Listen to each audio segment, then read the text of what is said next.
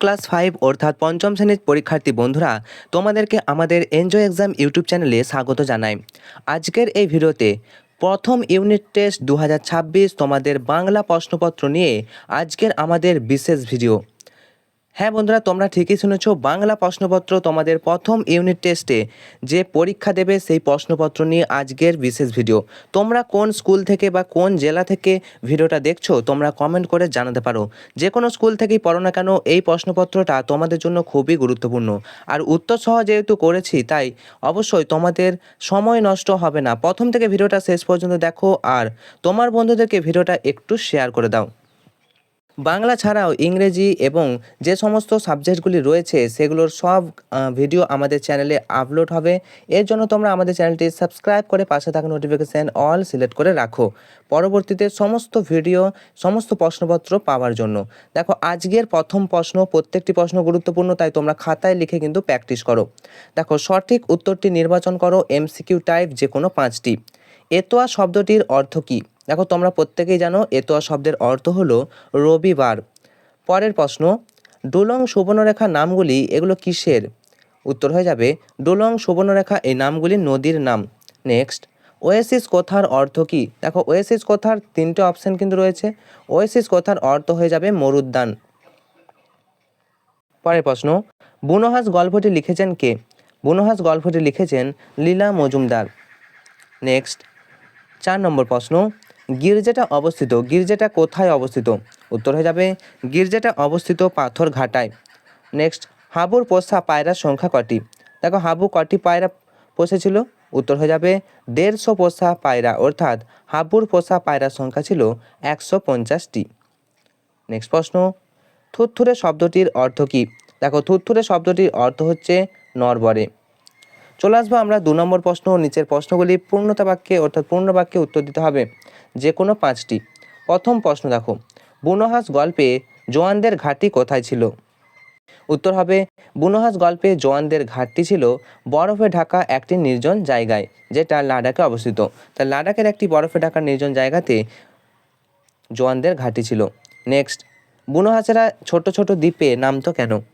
দেখো, বর্ণনার জন্য ছোট ছোট দ্বীপে মাছের জন্য বুনোহাসেরা ছোট ছোট দ্বীপে নামতো। তাহলে মাছের জন্য, যে ছোট ছোট মাছের জন্য বুনোহাসেরা ছোট ছোট দ্বীপে নামতো। নেক্সট, লিভিংস্টন কোন জায়গার মানুষ ছিলেন? উত্তর হবে স্কটল্যান্ডের মানুষ ছিলেন লিভিংস্টন। নেক্সট প্রশ্ন, হাবু কোথায় গিয়ে নালিশ জানিয়েছিলেন? উত্তর হবে হাবু দারোগা বাবুর কাছে গিয়ে নালিশ জানিয়েছিলেন। পরের প্রশ্ন, গল্পবুড়ো কবিতার কবি কে? দেখো, গল্পবুড়ো কবিতার কবি হলেন সুনির্মল বসু। নেক্সট, বিমলা ছোট ভাইয়ের নাম কি? উত্তর হবে ছোট ভাইয়ের নাম হলো অবনী। পরের প্রশ্ন, কাব্য হবে জুড়ল কলরব কার রচনা কোথা থেকে নেওয়া হয়েছে? তো এটা তোমরা অবশ্যই কমেন্ট করে জানাবে। পরের প্রশ্ন চলে আসছি, দারোগা বাবু হাবুকে কি পরামর্শ দিয়েছিলেন? উত্তর হবে দরজা জানলা খোলা রাখতে। দারোগা বাবু হাবুকে দরজা জানলা খোলা রাখতে পরামর্শ দিয়েছিলেন। এরপর দেখো, শূন্যস্থান পূরণ করো। ড্যাশ তোলা পার হয়ে সেই মোড় ফিরেছি ড্যাশ, দরগাতলা পার হয়ে যেই মোড় ফিরেছি বাই, কোত্থেকে এক উটকো পাহাড় ডাক দিল আয় আয়। তাহলে এখানে উটকো হবে। নেক্সট, নিচে যে কোনো 3টি প্রশ্নের উত্তর দিতে বলেছে। হাতিঘরে কিভাবে যাবে সংক্ষেপে লেখো। দেখো, হাতিঘরে যেতে হলে রেল লাইন পেরোতে হবে, তারপর মাইলস্টোন দেখতে পাওয়া যাবে। মাইলস্টোন থেকে বাস্তবে একটি পুকুর পাওয়া যাবে, আর পুকুর পেরোলেই পুকুরে হাতিঘর পাওয়া যাবে। বিমলাকে সারাদিন কোন কোন কাজ করতে হয়? পরের প্রশ্ন 4.2, দেখো, বিমলাকে ঘরের সব কাজ করতে হয়, যেমন ঘর পরিষ্কার করা, রান্না করা, বাসন মাজা, কাপড় কাচা ইত্যাদি। তাহলে এগুলো কিন্তু বিমলাকে করতে হয়। পরের প্রশ্ন, পাখির কাছে ফুলের কাছে কবিতার কবি কোন দেশের মানুষ ছিলেন? তো পাখির কাছে ফুলের কাছে কবিতার কবি আল মাহমুদ। তো কোন দেশের মানুষ ছিলেন তোমরা জানলে একটু কমেন্ট করো।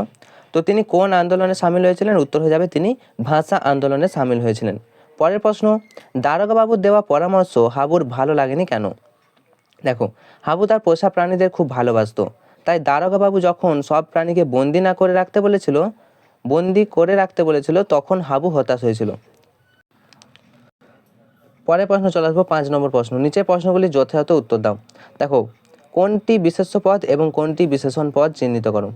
ঠান্ডা, হাঁস। তো আমি তোমাদেরকে জানিয়ে দিই, ঠান্ডা এটি হচ্ছে বিশেষণ পদ আর হাঁস হচ্ছে বিশেষ্য পদ। সন্ধি বিচ্ছেদ করো। দেখো, সন্ধি বিচ্ছেদ। সংবাদ, সংবাদ উত্তর হবে সমযুক্ত বাদ, সংবাদ। উদ্ভিদ, উদ্যুক্ত ভিদ। সজ্জন, সৎ যুক্ত জন, সজ্জন। দিগন্ত, দিকযুক্ত অন্ত। সন্ধিযুক্ত করো, সন্ধি করতে বলছে। আচ্ছাযুক্ত আদন, এটা হবে আচ্ছাদন। কুজ্যুক্ত ঝটিকা, উত্তর হবে কুজ্ঝটিকা। তো এই ছিল তোমাদের একটি ছোট্ট প্রশ্নপত্র। এই প্রশ্নপত্রটি তোমাদের পরীক্ষায় খুবই গুরুত্বপূর্ণ। এর পরবর্তীতে আমরা উত্তরসহ আরও প্রশ্নপত্র আপলোড করব অন্যান্য সাবজেক্টের। তো অবশ্যই তোমরা আমাদের চ্যানেলে নতুন হলে চ্যানেলটি সাবস্ক্রাইব করে পাশে থাকা নোটিফিকেশান অল সিলেক্ট করে রাখো। প্রত্যেকের পরীক্ষা ভালো হবে এই শুভকামনা জানিয়ে আজকের মতো ভিডিওটা এখানেই শেষ করছি। Enjoy exam, all the best.